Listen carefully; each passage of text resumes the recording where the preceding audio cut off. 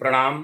भाग्योदय विचार प्रवाह श्रृंखला की 143वीं कड़ी में आपका स्वागत है, अभिनंदन है। आज रविवार 19 फरवरी 2023। इधर पिछले एक सप्ताह से मन बड़ा दुखी रहा। उत्तर प्रदेश के कानपुर देहात जिले के रूरा थाना क्षेत्र के गांव की घटना। कृष्ण गोपाल दीक्षित उनका नाम, एक गरीब परिवार, साधारण सा। उनकी पत्नी प्रमिला दीक्षित 44 साल, बेटी 21 साल की नेहा दीक्षित, और वह दोनों एक झोपड़ी में जल जाती हैं। देश ने इस घटना को सुना है, देखा है, जाना है। बहुत तकलीफ होती है यह सब देखकर सुनकर कि हमारे आज़ादी के मतवालों ने क्या इसी के लिए देश को आज़ाद कराया था। फिरंगियों से, विदेशियों से जो अत्याचार करते थे हमारे ऊपर, गरीबों के ऊपर। एक गरीब सिंपल सा परिवार, उसके पास ज़मीन नहीं रही होगी, ग्राम समाज की किसी ज़मीन पर उसने झोपड़ी बना ली होगी, वहाँ रह रहा होगा।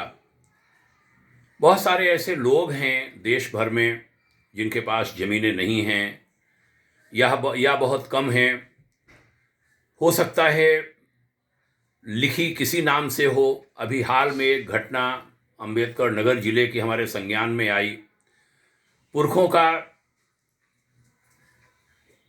खेत है, उन्होंने जब सिंचाई के साधन नहीं होते थे तब तालाब थोड़े हिस्से में सरोवर बना लिया होगा, बरसात के पानी को संग्रह करने के लिए उससे सिंचाई करते थे। सिंचाई के साधन हुए, उन्होंने पाट लिया, खेती हो गई। खेत उन्हीं के नाम आज भी लिखा है और उसको रिकॉर्ड्स में कहीं तालाब के नाम से लिख दिया गया। वो बेचारे बहुत परेशान से हमारे पास आए। हमने प्रयास किया है, देखिए बच पाता है कि नहीं। बुलडोजर और क्रेन और क्या क्या चलना बहुत ख़राब लगता है, मानो ताजमहल गिराने जा रहे हों। अमीर अनेक लोग हैं जो कल साइकिल और स्कूटर पर चलते थे, आज वो बड़ी बड़ी कारों पर चलते हैं। कोई उनका पूछने वाला नहीं है। उनके पास पैसा कहाँ से आया। जिनके पास छोटे छोटे से घर थे, आज वो बड़े बड़े आलीशान महलों में रह रहे हैं, बड़े बड़े भवनों में रह रहे हैं। कोई उनसे नहीं पूछता।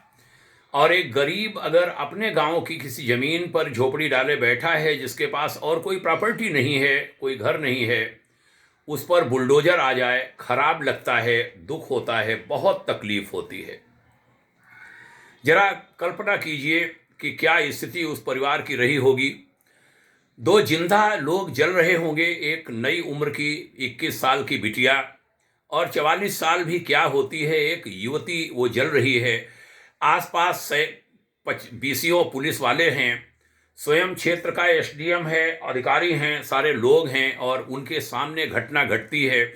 उसके वीडियो आए, बुलडोजर, झोपड़ी पर बुलडोजर चल रहा है, देख करके कितना खराब लगता है। उस जिले की डीएम महिला है, नेहा जैन जी उनका नाम बताया गया है। वहाँ की एमएलए महिला हैं श्रीमती प्रतिभा शुक्ला। उन्होंने कहीं नेहा जी को, डीएम साहिबा को कहा भी, उन्होंने आश्वासन भी दिया, लेकिन उधर पूरा एक्शन खिलाफ हुआ। आज उसको एसडीएम ने, एक रिपोर्ट आ रही थी, गुंडा बताया उस आदमी को। क्या है हम लोग व्यक्तिगत नहीं जानते, लेकिन जो घटना सामने है उसमें एक गरीब से व्यक्ति को, उसका जरा चेहरा देखिए, रो पड़ने का मन करता है। क्या है, कौन सी सरकार है, कौन से लोग हैं।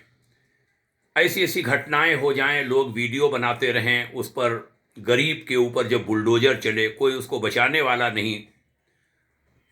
ड्राइवर को गिरफ्तार किया जा रहा है, बुलडोजर के लेखपाल सस्पेंड हो रहा है या गिरफ्तार हो रहा है। क्या बताया जाए, ड्राइवर तो आदेश का पालन करेगा।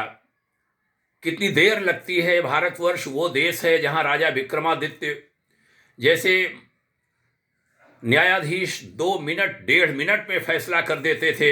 यहाँ 20 साल फैसला होने में लगेगा।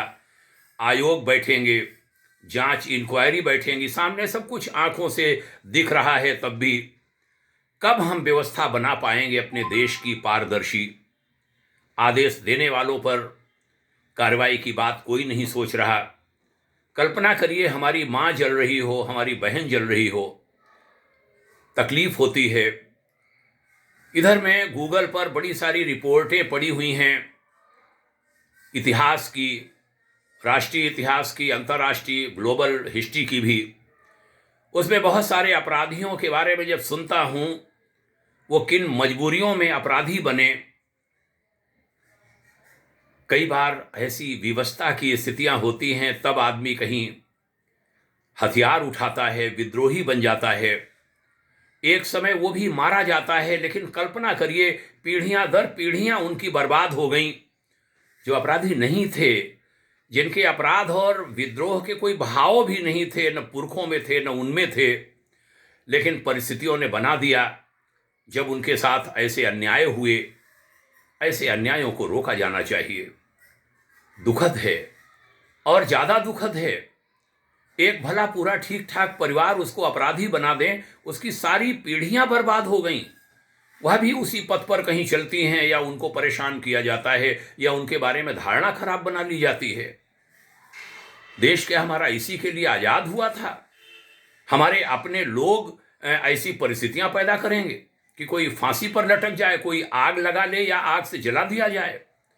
क्या स्थितियां हुई होंगी वहां नहीं मालूम। जांचें भी बहुत सारी लीपापोती होती है, लेकिन ये जो भी हुआ वह गलत है। मैं यहाँ जाति बिरादरी की बात नहीं करूँगा, लेकिन हाँ, दुख होता है। कहीं पर होता है, वहाँ पर तो सारे साउथ से, उत्तर से, कश्मीर से, तमिलनाडु से, आंध्रा से, यहाँ वहाँ से, दिल्ली वाले, यहाँ वाले सारे लोग पहुँचने लगते हैं। करोड़ों रुपए की मदद पीड़ित परिवार को की जाने लगती है, किसी एक जाति संप्रदाय का होने के कारण। और कहीं आदमी पूछता नहीं, बगल में है, वहाँ पर जाने तक की तकलीफ कोई नहीं उठा पा रहा है, और उस पर राजनीति होती है दुनिया भर की। पुनः कहूँगा, मैं कोई जात बिरादरी की बात इसमें नहीं करता, अच्छा नहीं लगता। सभी हैं, नुकसान किसी को हो, जान किसी की भी जाए, धन हानि किसी की भी हो, हानि हानि है, किसकी हानि है ये बड़ा छोटा गौण विषय है। हमारी हाथ जोड़कर प्रार्थना योगी सरकार से, केंद्र सरकार से, हमारे माननीय न्यायालयों से, माननीय सर्वोच्च न्यायालय, सुप्रीम कोर्ट से, कि ऐसे जो मामले हैं कुछ ऐसी व्यवस्था बनाई जाए कि जो आम व्यक्ति, साधारण व्यक्ति है, क्या मुआफिज खाना कहते हैं, कलेक्ट्रेट में होता है। परसों ही हमारे पास कोई आए, वहां बोले रिकॉर्ड में चाहे जैसा लिख दिया जाता है किसी की प्रॉपर्टी के बारे में। बर्बाद हो जाए परिवार, रोता हुआ परिवार वो घूम रहा है। अभी मैं अंबेडकर नगर जिले की जिस घटना की बात कर रहा हूं, अच्छे साधक पुरुष हैं, रो रहे थे बैठे, कह रहे थे हमारे घर में मानो कोई मर गया है, किसी की मृत्यु हो गई है, ऐसा शोक का वातावरण है।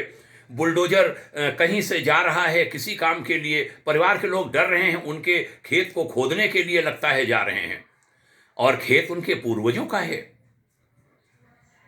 उनके नाम चढ़ा है, और कोई परेशान कर रहा है। ये कहाँ का न्याय है, कहाँ की व्यवस्था है? इसको ठीक किया जाए। मैं बोर्ड ऑफ रेवेन्यू यूपी से आग्रह करूंगा, वहाँ के चेयरमैन साहब से, प्रमुख सचिव राजस्व उत्तर प्रदेश शासन से, माननीय राजस्व मंत्री जी से, माननीय मुख्य सचिव महोदय से, माननीय मुख्यमंत्री जी से, कि ऐसी व्यवस्था बनवाएं कि जो गरीब लाचार सामान्य पुरुष है, उसकी खेती, उसका कोई निवास थोड़ा सा तो बचा रहे। ग्राम समाज ग्राम का वो है, ग्राम देवता है वह, और ग्राम देवता कहीं पर जमीन कहीं लिखी है, किसने लिखी है, क्या लिखी है, यह जरूर देखा जाए। उसके पास भूमि है कि नहीं, उसके पास घर है कि नहीं। घर बिना देखे घर गिरा दिया जाए, जो भी उसने झोपड़ी डाल रखी हो, थोड़ा बहुत बना रखा हो, जरा कल्पना करिए, दुख होता है।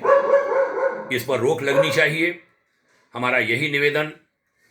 पुनः आप सभी को प्रणाम करता हूं सुनने के लिए, और मैं चाहूँगा कि ये जो बात है इसको लोगों में फैलाया जाए, इसको रोकना चाहिए, ऐसी परिस्थितियों को, ऐसी परिस्थितियों की पुनरावृत्ति न हो। पुनः अभिवादन, आपके उज्जवल भविष्य की भाग्योदय शुभाकांक्षा। जय हिंद, ओम शांति।